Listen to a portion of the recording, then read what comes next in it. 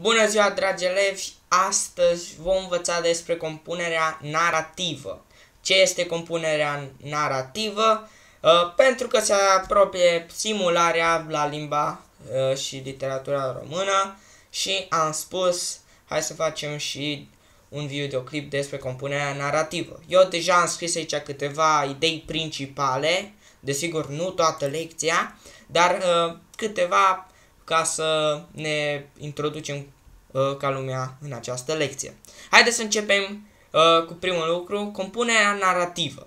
Textul narrativ literar. Narațiunea, și aici explicăm ce este narațiunea. Narațiunea este modul principal de expunere, dar se împletește cu descrierea și dialogul. Adică în textul, în compunerea narrativă, avem ca mod predominant de expunere narațiunea, dar narațiunea se împletește cu descrierea și dialogul. Într-o compunere narrativă avem acțiune, deci trebuie să fie o acțiune. Indiferent de acțiune trebuie să fie. Personaje, și aici sunt trei tipuri de personaje. Personajul secundar, personajul episodic și personajul principal. Și avem indici de timp și de spațiu. Foarte importanți acești indici. Avem un narator. Un narator care poate fi obiectiv, adică la persoana a treia, o să zicem imediat și cum ne dăm seama, și subiectiv la persoana întâi. Bun, haideți să începem să scriem despre naratorul subiectiv. Bun. Naratorul. Hai să scriem despre naratorul obiectiv primul. Bun. Bun. Noi știm că naratorul obiectiv este la persoana a treia. Doar la persoana a treia. Și putem zice că pare că stă undeva deasupra tuturor personajelor. Virgul. El știe tot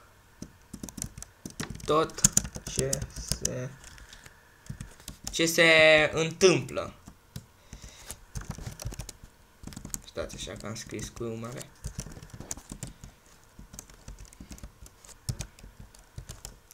Tot ce se întâmplă cu toate personajele.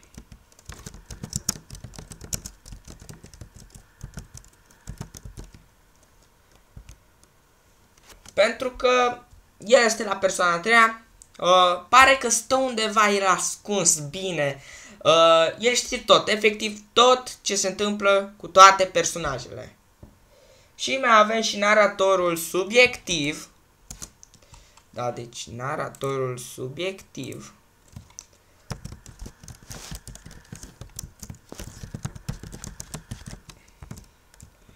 Ei bine, ăsta este la persoana întâi. Deci, el, practic, stă în mijlocul acțiunii. Deci stă în mijlocul acțiunii și el nu știe decât ceea ce simte și vede el. Prezintă întâmplarea din propriul punct de vedere.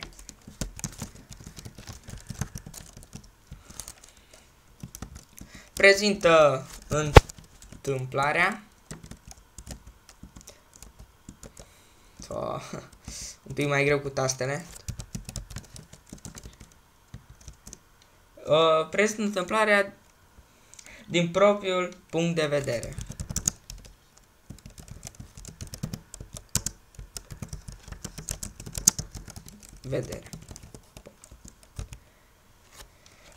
Bun. Deci, ăștia sunt cei doi naratori obiectiv la persoana a treia și naratorul subiectiv la persoana întâi.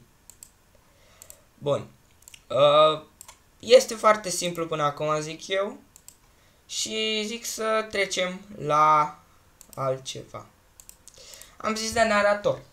Ce mai urmează? I-am zis de indici de spațiu, care pot fi indicii de spațiu. Hai să vedem cum pot fi indicii de spațiu. Indicii de spațiu.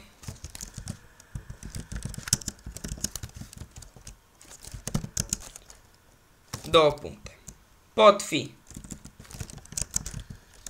Sau hai să zicem indicii de spațiu, două puncte.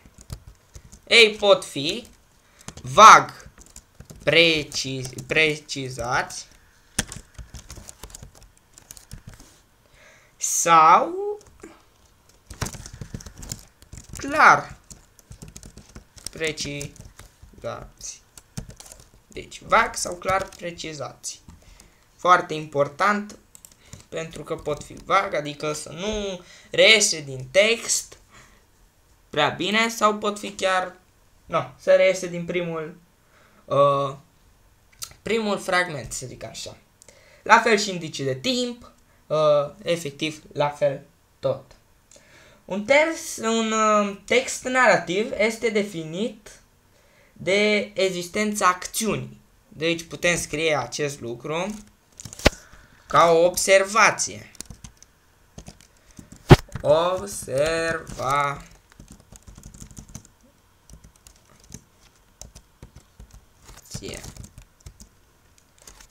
Un text narrativ este definit de existența acțiunii. Bun, deci trebuie să fie neapărat acțiune în el, dacă nu este acțiune, nu este un text narrativ. Da? Deci am înțeles. Pentru că așa sunt textele narrative și trebuie să facem cum ni se cere și cum este cel mai corect. Bun. Avem pe tot parcursul textului narrativ câteva chestii, să zic așa, nu știu cum să... În fine, chestii care ne arată întâmplările și introducerea, cuprinsul, chestia de genul. Prima dată se începe cu începutul, după aia acțiunea se desfășoară fiind declanșată de cineva sau ceva. Intensitate maximă, punctul culminant. După aia, nu știu, să ne menținem calmul, după aia deznodământul. Hai să zicem despre expozițiune.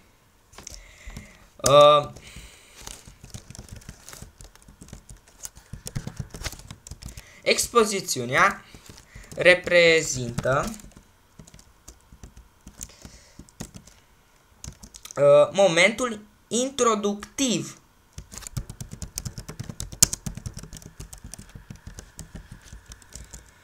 în care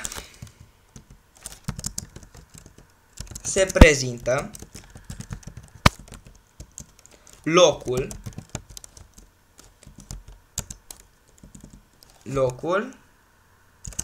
timpul acțiunii și cel mai important, printre cele mai importante, personajul. Punct. Aceasta este expozițiunea. Deci, cel mai important, ea reprezintă momentul introductiv în care se prezintă locul, nu știu, locul, timpul acțiunii și personajul. Descrie cadrul în care se desfășoară acțiunea. Creează o atmosferă în care se va desfășura acțiunea. Totodată, cel mai important, și ea folosește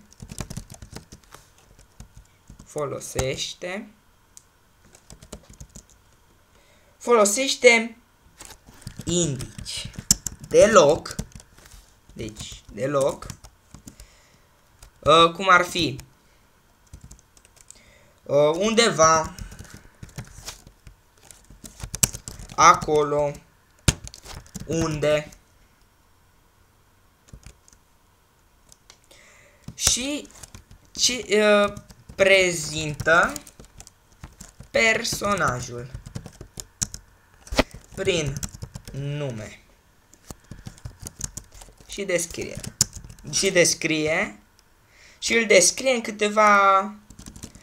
în câteva cuvinte.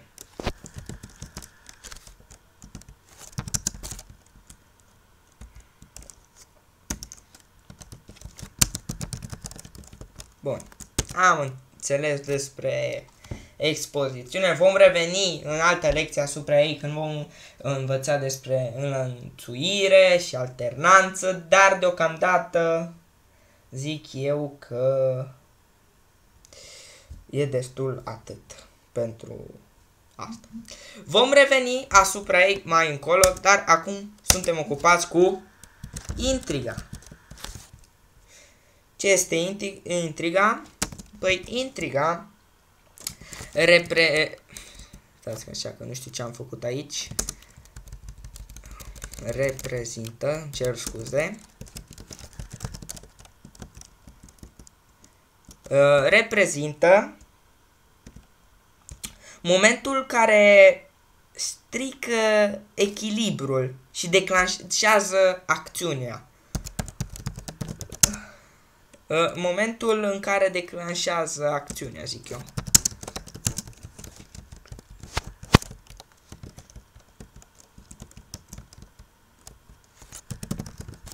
Bun. Totodată, marchează acest moment prin indici. Indici.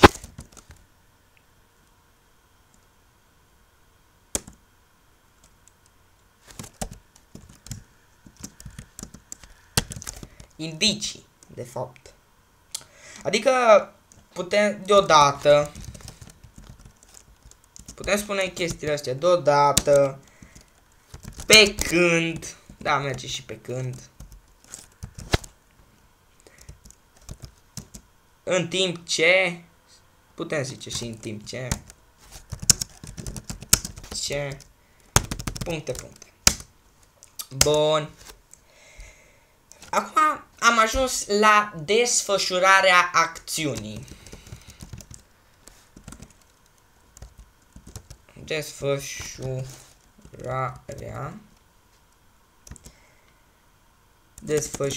Stați că n-am pus și acțiunii. Ce este desfășurarea acțiunii? Simplu. Prezintă faptele în ordinea logică. Prezintă faptele în ordinea logică. Nu te prinde în detalii care ți-ar putea abate atenția de la firul narrativ. Dar asta e un pic mai complicat, adică nu o să o înțeleagă nimeni și... na. Aici noi trebuie să putem crea suspans. Și putem zice să încercăm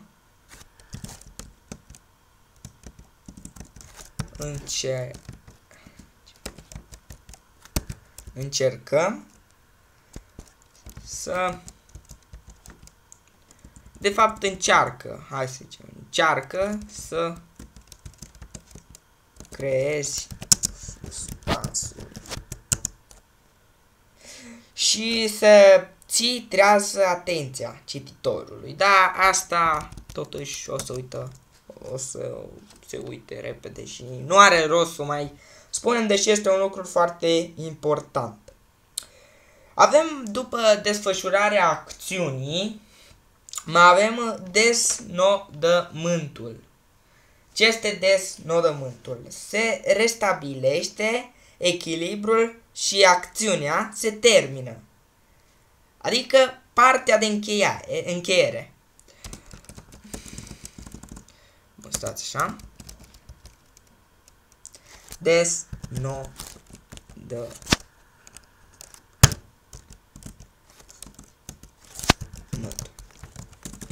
bă. Scuzați-mă pentru greșeli, dar e primul videoclip de pe acest canal și da, sunt un pic emoționat și nu pot să scriu ca lumea, nu mă concentrez deloc, deși încerc pentru că este o lecție foarte interesantă și foarte ușoară, după părerea mea, compunerea narrativă și da, o fac pentru voi, pentru că s-ar putea să pice la examen. Aceasta ce face? Aceasta se restabilește, stați așa, se restabilește echilibrul și acțiunea se termină. Punct. Da? Deci acțiunea se termină. Repetă indicii de loc folosiți la începutul compunerii tale. Deci se repetă, putem zice. Ok. Se repetă indicii de loc folosiți la început. Un pic așa. Începutul compunerii noastre. După ce am scris și acest lucru, pe cam asta a fost cu textul acesta, cu textul narrativ, cu compunerea narrativă, de fapt. Mai găs și alte lucruri, dar astea sunt cele mai esențiale, pentru că n-am putut să scriu tot aici. Nu este un timp foarte mare. Deci trebuie să rețineți în felul următor. Compunerea narrativă reprezintă textul scris cu scopul de a prezenta desfășurarea cronologică a unor evenimente relevante pentru un anumit subiect ales de autor. Deci, scopul de a prezenta desfășurarea cronologică a unor elemente. Putem zice aici că avem niște caracteristici. Hai să facem aici un fel, să mai scriem puțin. Poate vă ajută și dacă vă ajută eu mă simt foarte bine, pentru că am mai ajutat un om și astăzi. Și putem zice în felul următor un mic rezumat. Că oricum o să avem și rezumatul la examen, deci numai bine facem și un mic rezumat. Bine, ăsta e un alt fel de rezumat, dar da. Bun. Ce trebuie să știm aici? Simplu ca bună ziua. Cu liniuță.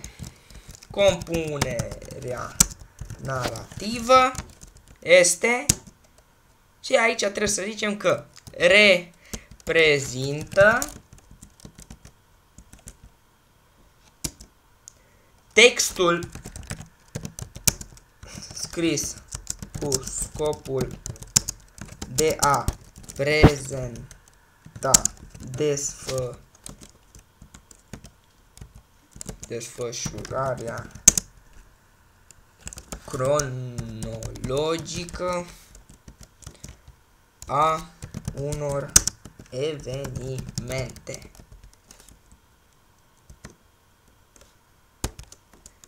Bun. Putem, după asta putem zice așa, caracteristici, două puncte, cu liniuță, modul de expunere,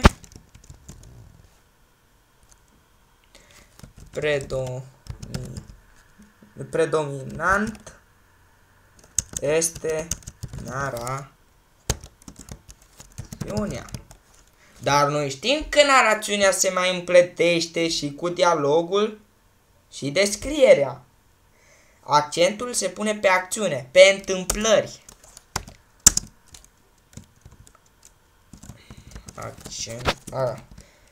Accentul se pune pe acțiune.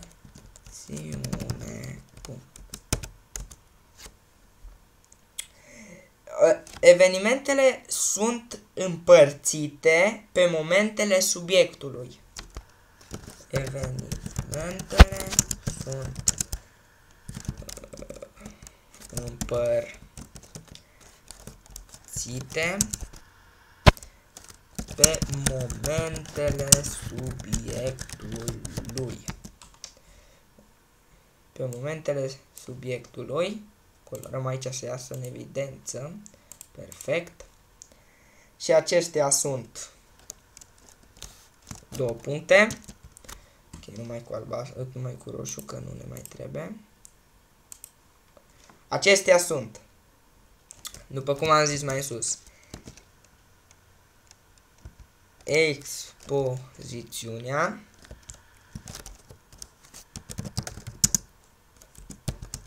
intriga, desfășurarea acțiunii,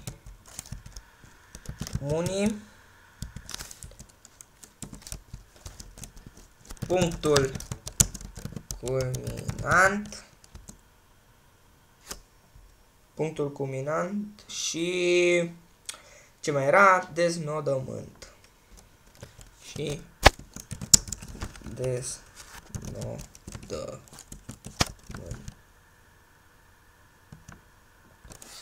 Bun.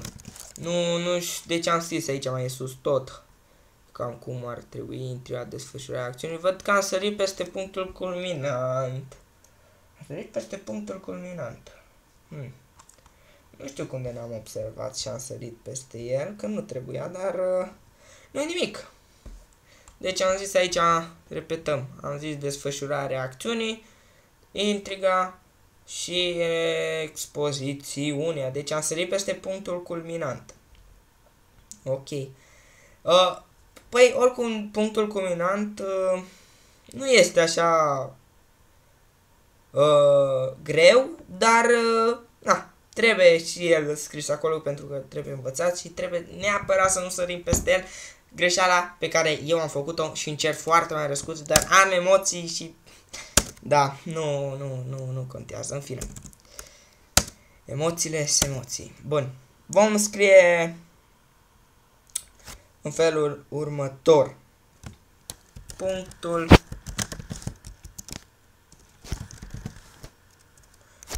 deci punctul culminant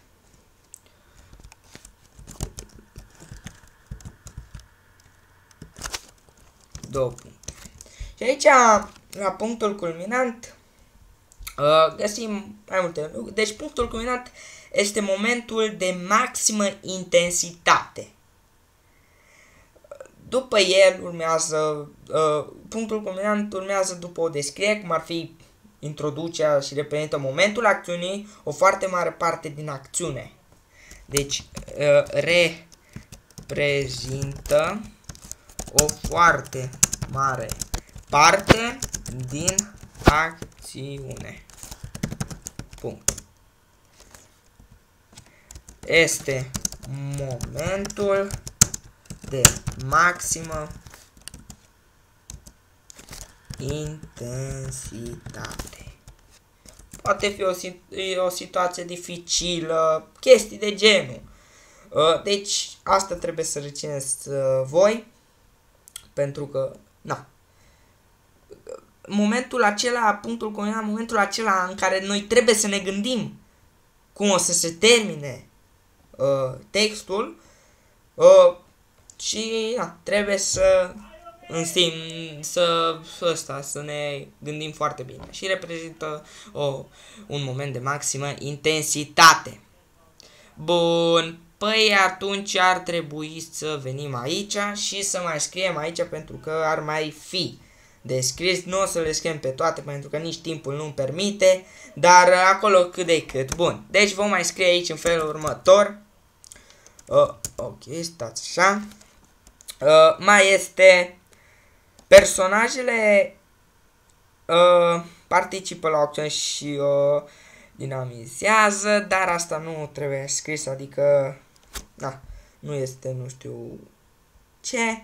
Știți și voi de introducere. Dați așa. Introducere, cuprins și încheiere. Bun. Sper că am lămurit totul. Data viitoare o să facem și o